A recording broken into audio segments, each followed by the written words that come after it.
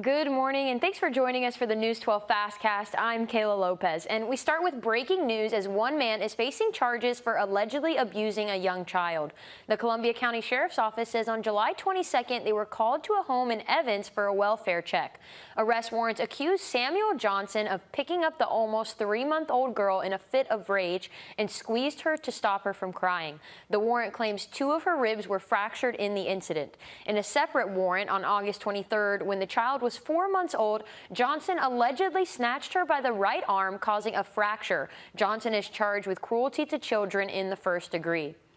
An 81-year-old man has been charged in connection to a fatal motorcycle crash on Columbia Road earlier this year. On February 8th at 5:17 p.m., deputies were dispatched to an accident with injuries involving a motorcycle on Columbia Road at Merchants Village.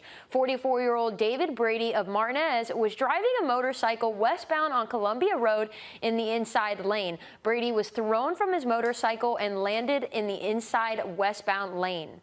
Grovetown is getting a new housing development, and your Kennedy Payne has more on this now. A new housing development coming to Columbia County. This is one of 3 from Stanley Martin. This one's called Ferguson Farms. You can see it right behind me. It is a 100 single-family home subdivision. So really today we're going to be getting an update on all of these subdivisions that are coming to Columbia County, really focusing on that housing development growth that you're seeing here, and also talking about average price points, everything you need to know about these subdivisions. So we'll have more on this on News 12 at 6 o'clock. The Richmond County Sheriff's Office is investigating a stabbing that happened in the Charles B. Webster Detention Center. Deputies say they went to the jail yesterday morning for an aggravated assault between several inmates. The Criminal Investigation Division is stepping in to investigate. Officers in Allendale are looking for this suspect on your screen. They accuse 17-year-old Zyshad Dickerson of attempted murder in a shooting that happened on Railroad Avenue near Drayton Street earlier this month. They're considering Dickerson armed and dangerous, so if you see him, don't approach him. Call the police department instead. Officials are also looking for another juvenile, but we don't have their description at this time. In Appling, lanes are now clear after a 2-vehicle crash this morning. Columbia County Dispatch says that the call came in around 9:01 a.m. EMS responded to the scene and all injuries were non-life-threatening, according to dispatch. In Orangeburg County, South Carolina, troopers say a person is dead from a Thursday afternoon crash. They say it happened just before 2 o'clock on US 321 near Creek Mill Road. They say a pickup truck hit a Honda sedan from behind. Troopers say a passenger in the Honda died at the scene, and the drivers were taken to the hospital for injuries. We've reached out to the coroner for more information.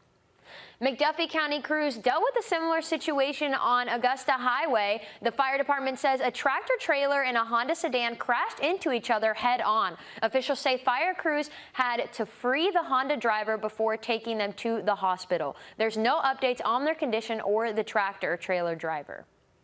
The Aiken County Council is inviting the public to join them for a ribbon-cutting ceremony for the newly renovated Nancy Carson Library. The ceremony will take place today at 4 p.m.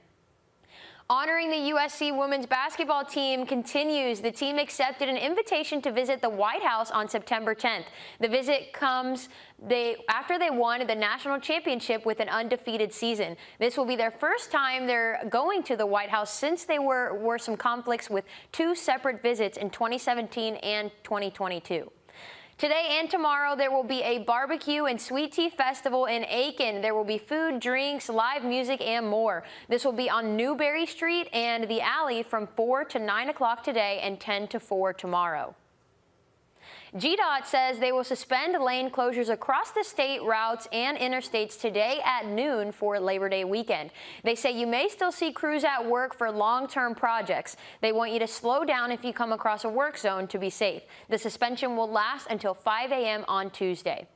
There's just one more day before the UGA Bulldogs take on the Clemson Tigers. That means its time is running out for an event rallying up blood donors and sports fans. Shepherd Community Blood Center launched the 2nd annual donation domination this week to see which teams fans could donate the most before the game. The Blood Center is partnering up with Chick-fil-A for some rewards. They say donors can get a free shirt and a voucher for a sandwich if they participate. All they have to do is pick one team. Organizers are tracking their progress through points to convert the votes. They say each vote counts 3 points because you save 3 local lives with each donation. The team with the most votes gets bragging rights. This is Thursday's totals. Dogs, 1,263 points. Tigers, 462 points. We have a list of donation sites up on our website. And that's all the time that we have for news today. Now let's send things over to First Alert meteorologist Tim Strong for a look at the weather. And we've got a hot, muggy one again, Kayla. Temperatures rising up closer to 90 degrees already, upper 80s to 90, feeling like the triple digits here as we kind of zoom in, look at the Welcome Centers at 90, 88 Daniel Field, right downtown North Augusta, 86.